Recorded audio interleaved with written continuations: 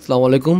আজকে আমি দেখাবো জাতীয় পরিচয়পত্র অর্থাৎ এনআইডি কার্ড কারেকশন করার পরে ডাউনলোড করার জন্য যে ডাউনলোড বাটনটা থাকে, সেই ডাউনলোড বাটন যদি আপনি না পান বা প্রথমে ডাউনলোড করছেন 15 দিন বা 1 মাস পরে দেখতেছেন ডাউনলোড বাটনটা নাই, তো সেক্ষেত্রে কিভাবে ডাউনলোড করবেন আজকে আমরা সেটাই দেখাবো।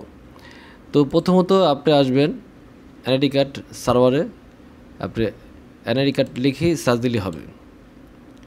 এনআইডি লিখে সার্চ দিলেই চলে আসবে।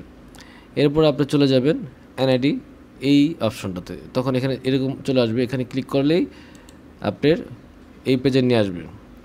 এরপর আপনি এখানে লগ ইন দিয়ে প্রবেশ করবেন। তো আমরা এখানে ইউজার আইডি, পাসওয়ার্ড, ক্যাপচার এগুলো পূরণ করার পরে লগ ইন বাটন চাপ দেব। এরপর আমাদের এরকম আসার পরে আমরা হোম থেকে আমরা প্রোফাইলে ক্লিক করব। প্রোফাইলে ক্লিক করার পরে দেখবেন যে আপনার লেখা আছে আপনার একটি অ্যাপ্লিকেশন পেন্ডিং রয়েছে।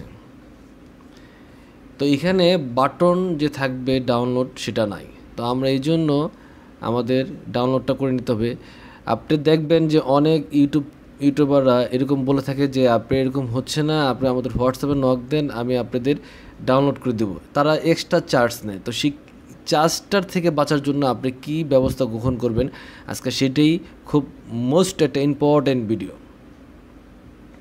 তো আপনি এখানে লিখবেন ডাউনলোড, একটা হাইপেন দিবেন, এরপর লিখবেন কারেকশন, ডাউনলোড হাইপেন কারেকশন, এরকম লিখে কিবোর্ড থেকে আপনি একটা এন্টার দিবেন। দেখেন সাথে সাথে আপনি এটা ডাউনলোড হয়ে গেছে। তো এই ছিল আমাদের মূল বিষয়টা, ডাউনলোড হয়ে গেছে ফোন। তো আমরা এটার জন্য অনেক প্রেশারে থাকি যে কিভাবে আমরা ডাউনলোড করব, আমরা ডাউনলোড করতে পারতেছি না, হারিয়ে গেছে কার্ডটা, কী অবস্থায় আছে। এই বিষয়টা থেকে আজকে আমি দেখালাম কিভাবে আপনারা সহজ সমাধান করতে পারেন। তো আমার নেক্সট ভিডিও দেখার জন্য আমন্ত্রণ রেখে আজকে আমি এই পর্যন্তই।